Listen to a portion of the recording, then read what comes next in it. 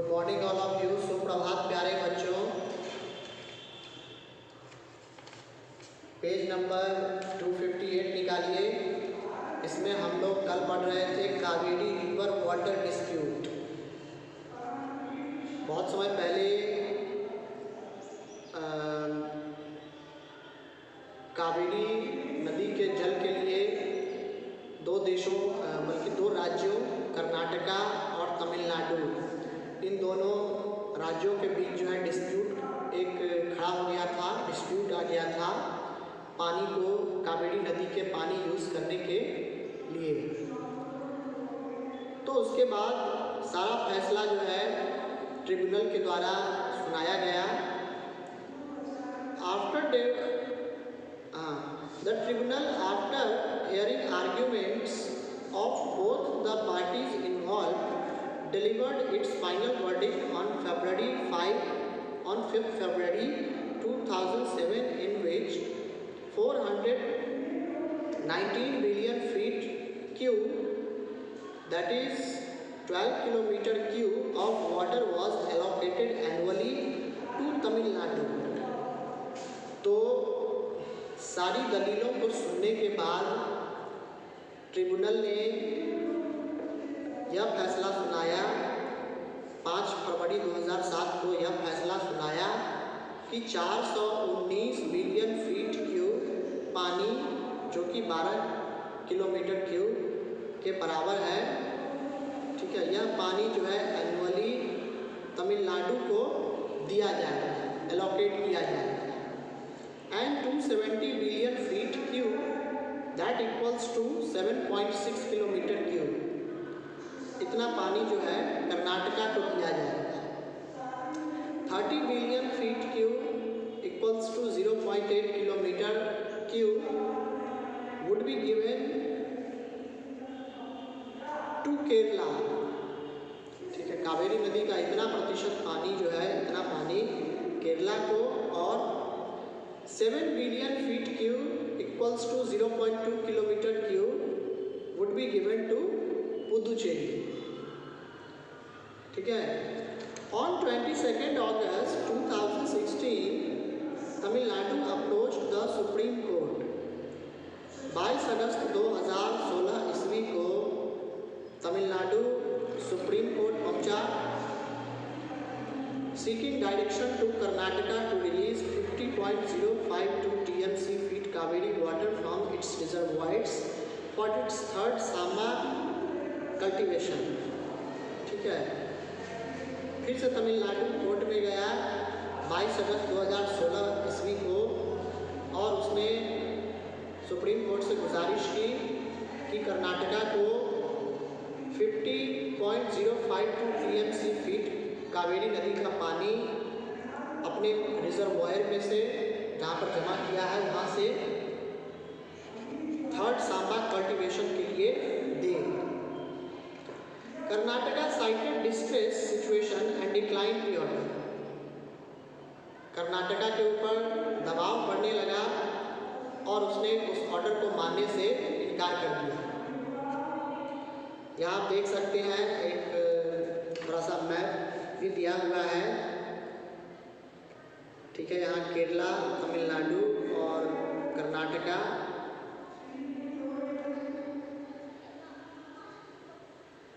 और यहाँ कावेरी रिवर का भी दिया हुआ है।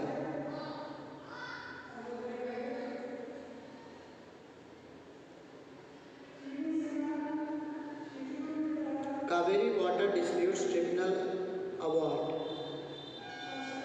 एरिया इनलार्ज्ड, देख रहे हैं सबसे जो निचला हिस्सा है, यहीं पर ये जो रेड से जो इसको बॉक्स बनाया गया है, ठीक है, यही है यह एरिया जहाँ से कावेरी रिवर की उत्पत्ति होती है, वे ऑफ बंगाल से।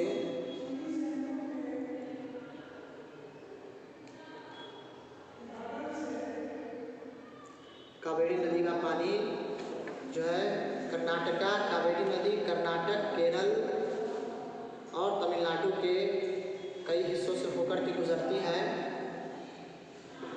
चलिए, तो ये था कावेरी रिवर वाटर डिस्प्यूट के बारे में। अब हम लोग पढ़ेंगे आगे सैनिटेशन। सैनिटेशन मतलब साफ सफाई। Sanitation is the hygienic means of promoting health through prevention of human contact with hazardous wastes that can cause health problems. Sanitation वह हाइजीनिक कंडीशन है जिसमें हेल्थ को प्रमोट किया जाता है, ठीक है, ह्यूमन कांटेक्ट से, खास करके हैजार्डस वेस्ट्स, जो हानिकारक जो गंदगियाँ इधर उधर फेंका हुआ रहता है, प्लास्टिक का रैपर, कोई केले का छिलका, केला खा करके छिलका पे फेंक दिया, ठीक है, कुरकुरे बिस्किट वगैरह खा करके उसको फेंक दिया, तो इस तरह से धीरे धीरे उस वहाँ पर बहुत सारी गंदगी हो जाती है और गंदगी की वजह से क्या होता है, पॉल्यूशन फैलता है। तो इसी को तो सैनिटेशन क्या करता है, हेल्थ को प्रमोट करता है, ठीक है। सैनिटेशन रहेगा तो हम बीमार कम पड़ेंगे और बीमार कम पड़ेंगे तो इससे क्या होगा, लोग मन लगा के काम करेंगे और लोग मन लगा के काम करेंगे तो देश की अर्थव्यवस्था और अच्छी होगी। तो इसीलिए सैनिटेशन बहुत ज़रूरी है। There may be human and animal faces, ठीक है, ये फेसेस मतलब solid body waste expelled from the bowels, ठीक है, यानी कि कहता है there may be human and animal faeces, या मनुष्य का कोई लाश या मनुष्य के द्वारा की गई लगाई हुई गंदगियाँ हो सकती है, एनिमल्स के द्वारा फैलाए हुए कुछ गंदगियाँ हो सकती हैं। जैसे अक्सर आप देखते होंगे गर्मी के मौसम में अपने इस एरिया से जो है कई सारी भैंसें गुजरती हैं और जब वो गुजरती है एक काड़वा बना करके एक लाइन में, एक पंक्ति में, तो पूरा रोड जो है एकदम जाम कर देता है चारों तरफ से, 10 गो उधर घूम रहा है, 10 गो उधर, और पूरे रोड पर जो है वो समझ ही रहे हैं, ठीक है, वो चला जाता है और उससे क्या होता है, गंदगी फैलती है, उसमें कीड़े मकोड़े कीटाणु, और हम आप रोड पर चलते हैं, ठीक है, तो ये इस तरह से जो है फैलती है कूड़े कचरे गंदगियों से। सॉलिड वेस्ट कोई हो सकता है, डोमेस्टिक वेस्ट वाटर हो सकता है, घर से निकलने वाला नाली का पानी हो सकता है। अगर हम उसकी साफ सफाई न करें तो क्या हो सकता है, कई सारे मच्छर कीटाणु उत्पन्न हो सकते हैं जो कि हमारे जीवन के लिए मुश्किल की बात हो सकती है। इंडस्ट्रियल वेस्ट्स, आप देखते होंगे बड़े बड़े जो शहर होते हैं वहाँ जितने भी कल कारखाने फैक्ट्रियाँ जो होती है उसमें से धुएं निकलते रहते हैं, काला सा धुआं निकलता रहता है जब तक फैक्ट्री चलते रहता है, और उसमें से केमिकल्स आप देखते होंगे नाला टाइप का बना हुआ होता है, उसमें से काला काला पानी जो है गिरते रहते हैं, ठीक है। और उन सारे इंडस्ट्री सब जगह का पानी जो है किसी आसपास के नदी या किसी एक जगह पर जाकर एक पिट में जाकर के गिरता है। एंड एग्रीकल्चरल वेस्ट्स, और एग्रीकल्चरल वेस्ट यानी कि खेती करने के बाद जो पेड़ पौधा या घास फूस जो होता है, तो आइए देखें उसके बाद हाइजीन मीन्स, ये दो पिक्चर दिया गया है, आप देख सकते हैं। Hanging toilet in West Bengal that deposits human waste directly into an open waterway which is also used for fishing। देख लीजिए यहाँ पर एक हैंगिंग टॉयलेट दिया गया है वेस्ट बंगाल में सीन, जो कि जिसमें क्या होता है, सारा मल मूत्र जो है उसी डिपॉजिट में जाकर के गिरता है, जो कि एक नदी में बनाया गया है, ठीक है। और इससे क्या होगा, नदी में पॉल्यूशन फैलेगा, नदी में गंदगियाँ फैलेंगी, उसमें जाकर के जानवर सब पानी पिएंगे और उन्हीं पेड़ पशुओं का मांस, उन्हीं के उन पशुओं का यूज़ भी हम लोग करेंगे अपने लिए, तो गंदगी तो फैलेगी ही, बीमारियाँ फैलेगी ही। और यह एक ऐसा हैंगिंग टॉयलेट है जिस पर बैठ करके लोग मछलियाँ भी पकड़ते हैं। तो सोचिए। उसका दूसरा है toilet under construction in a village. ये स्थिति अच्छी है। दूसरा जो पिक्चर दिया गया है, ठीक है, इसी तरह का टॉयलेट जो है बना हुआ होना चाहिए, जिसमें टॉयलेट जो है सारा एक बड़े से गड्ढे के अंदर जो है जाए पाइप के माध्यम से, ठीक है, ताकि गंदगी कहीं न फैले।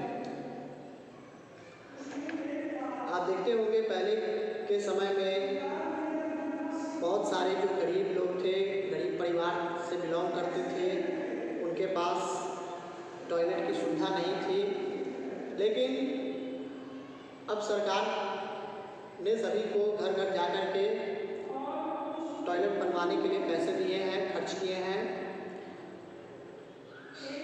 जो कि एक अच्छा निर्णय हो सकता है।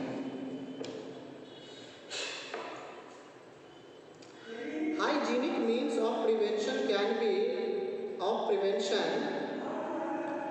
be carried out by using engineering solutions like sewerage। ठीक है, अगर हाइजीनिक मीन्स की बात करें किसी चीज़ को प्रिवेंट करने के लिए, तो इसको हम किसी इंजीनियरिंग सॉल्यूशंस जैसे कि sewerage and waste water treatment के द्वारा हम इसे हाइजीनिक बना सकते हैं। Simple technologies like installing latrines and septic tanks और even by personal hygiene practices like simple hand washing with soap.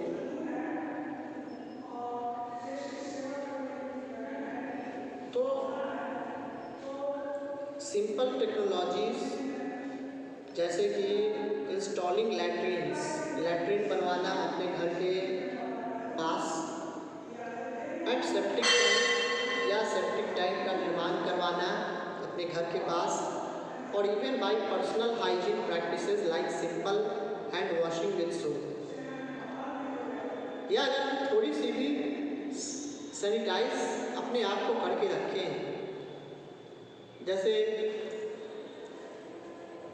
जब अपने हाथ को धोएं तो साबुन से धोएं। इससे क्या होता है कि हाथों में और उसके बीच में, उंगलियों के बीच में जो जगह होता है उसमें जो गंदगियाँ, जो कीटाणु छिपे हुए होते हैं, वो सभी मारे जाते हैं और जिसके कारण हम बीमार नहीं पड़ते हैं। तो ये कुछ कंडीशंस हैं जो हम हाइजीन करने के लिए यूज़ कर सकते हैं। The state government supplies water for the purpose of sanitation and local self-government bodies are responsible for providing better sanitation facilities to the people।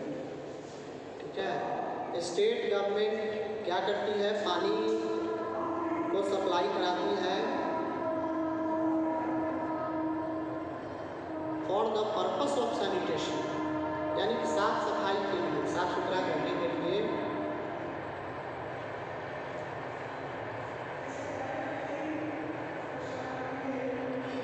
Local self-government bodies are responsible for providing better sanitation facilities to the people। और जो local self government होता है, जैसे कि मुखिया, sarpanch, ward member, ये सब किस चीज़ के लिए रिस्पॉन्सिबल माना जाता है, तो बेटर सैनिटेशन के लिए, बेटर सैनिटेशन फैसिलिटी के लिए इन्हें बेहतर माना जाता है, क्या इन्हें रिस्पॉन्सिबल माना जाता है लोकल बॉडीज़ को। चलिए, उसके बाद है एजुकेशन, शिक्षा। Education was included in the subjects of the concurrent list of states in 1976. Education को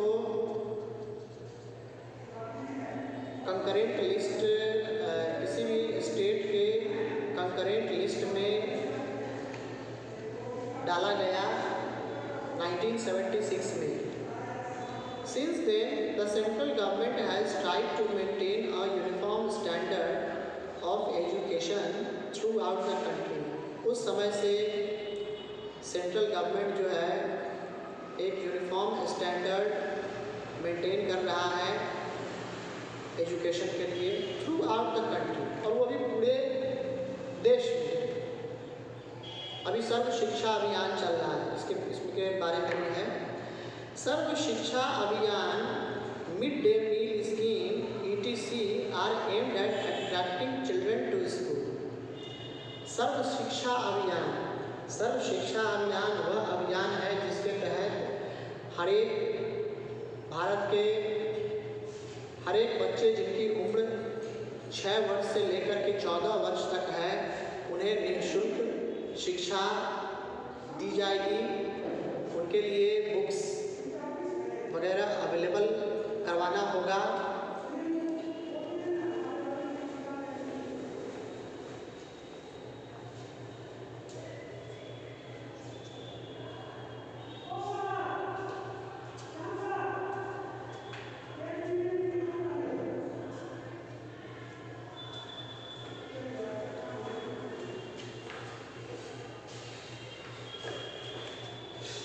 तो मैं बता रहा था कि सर्व शिक्षा अभियान के तहत हर 6 वर्ष से लेकर के 14 वर्ष तक के बच्चों को सरकार निःशुल्क शिक्षा प्रदान करती है. उनको किताब भी बच्चों को फ्री में दिया जाता है. इसके अलावा मिड डे मील है, भोजन की व्यवस्था है, यहाँ तक कि पोशाक राशि और साइकिल राशि, तरह तरह की राशि जो है जो गरीब बच्चों को दी जाती है, जिससे अधिक से अधिक बच्चे जो है पढ़ने के लिए स्कूल जाएं. The state governments play an important role in carrying out these schemes with the help of the central government that provides them with money and food grains. State government जो है इस महत्वपूर्ण रोल को निभाने में एक बहुत ही महत्वपूर्ण स्टेट गवर्नमेंट इस रोल को, इस स्कीम को पूरा करने में एक महत्वपूर्ण रोल निभाता है. और इसमें सेंट्रल गवर्नमेंट भी पैसे और फूड ग्रेन्स प्रोवाइड कराती है state government. The state government also gets money from the central government for setting up new schools, constructing school buildings and appointing teachers. State government,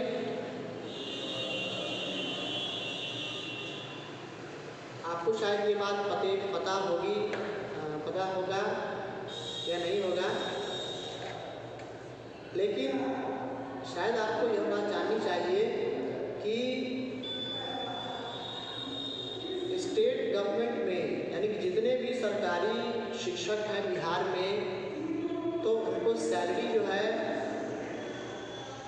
state government की तरफ से तो मिलता है, लेकिन उन्हें सेंट्रल गवर्नमेंट की तरफ से भी उनके लिए फंडिंग किया जाता है.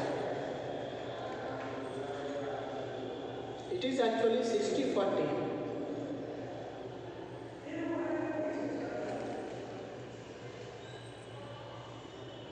तो सेंट्रल गवर्नमेंट भी इस काम को मदद पूरा करने में या नया स्कूल बनाने के लिए,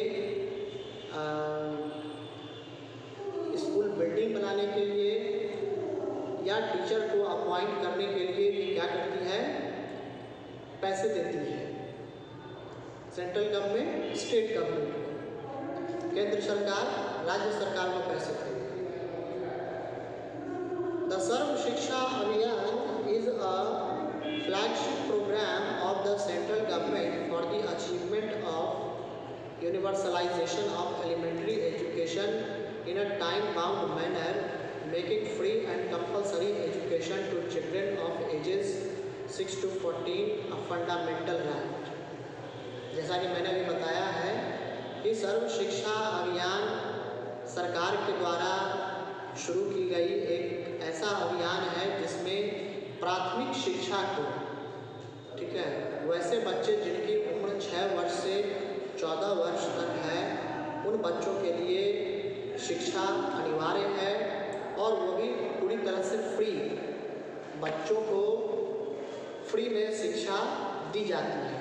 आप देखते होंगे सरकारी स्कूल में, गवर्नमेंट स्कूल में बच्चों से पैसे नहीं लिए जाते हैं।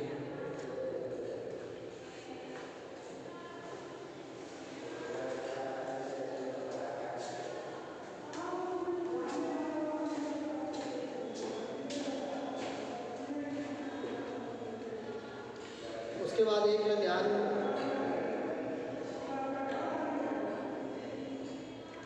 देंगे आदित्य।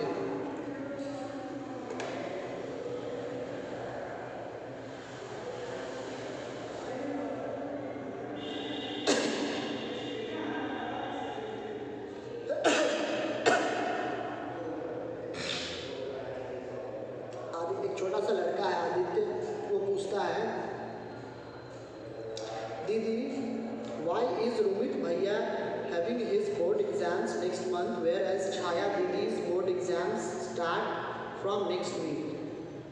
आदित्य अपनी बड़ी बहन प्रकृति से पूछता है कि दीदी बताओ कि रोमित भैया का एग्ज़ाम जो है बोर्ड एग्ज़ाम वो अगले महीने होने वाला है, जबकि छाया दीदी का जो बोर्ड एग्ज़ाम है वो नेक्स्ट वीक ही शुरू होने वाला है, ऐसा क्यों? प्रकृति तो प्रकृति कहती है, आदि, छाया is studying in a CBSE school whereas Romit is studying in a state board school. प्रकृति कहती है कि आदित्य, छाया एक CBSE बोर्ड स्कूल में पढ़ती है और रोमित एक सरकारी स्कूल में पढ़ता है। आदित्य, दीदी, व्हाट CBSE और स्टेट बोर्ड? तो आदित्य पूछता है कि ये CBSE और स्टेट बोर्ड क्या होता है? Then she answers, the CBSE or CBSE का full form, the abbreviation CBSE means Central Board of Secondary Education, is a central board of education, केंद्रीय शिक्षा board. It has framed a syllabus for secondary education which is followed in all CBSE affiliated schools throughout the country.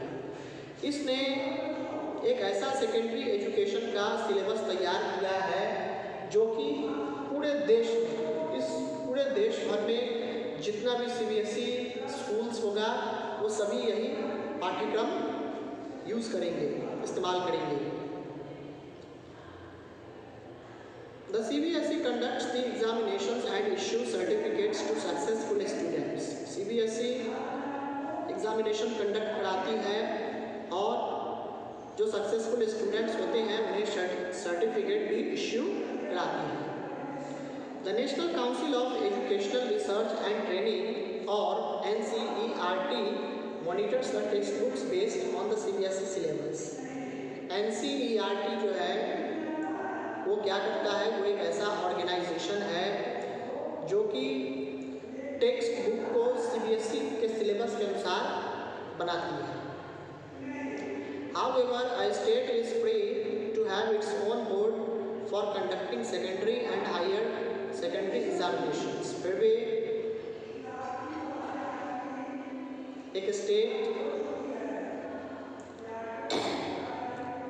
अगर चाहे तो board का exam या secondary या higher secondary examination खुद भी कंडक्ट करा सकती है। Most of the states have a state council of educational research and training और SCERT। बहुत सारे ऐसे राज्य भी हैं जहाँ का एक अलग ऑर्गेनाइजेशन है SCERT, state council of educational research and training. ठीक है, तो ये सारे भी है। तो बच्चों आज के लिए इतना ही। कल हम लोग नेक्स्ट टॉपिक पढ़ेंगे पब्लिक हेल्थ केयर। ठीक है, नेक्स्ट डे। आज के लिए इतना ही। God bless you. Thanks for watching this video and have a good day.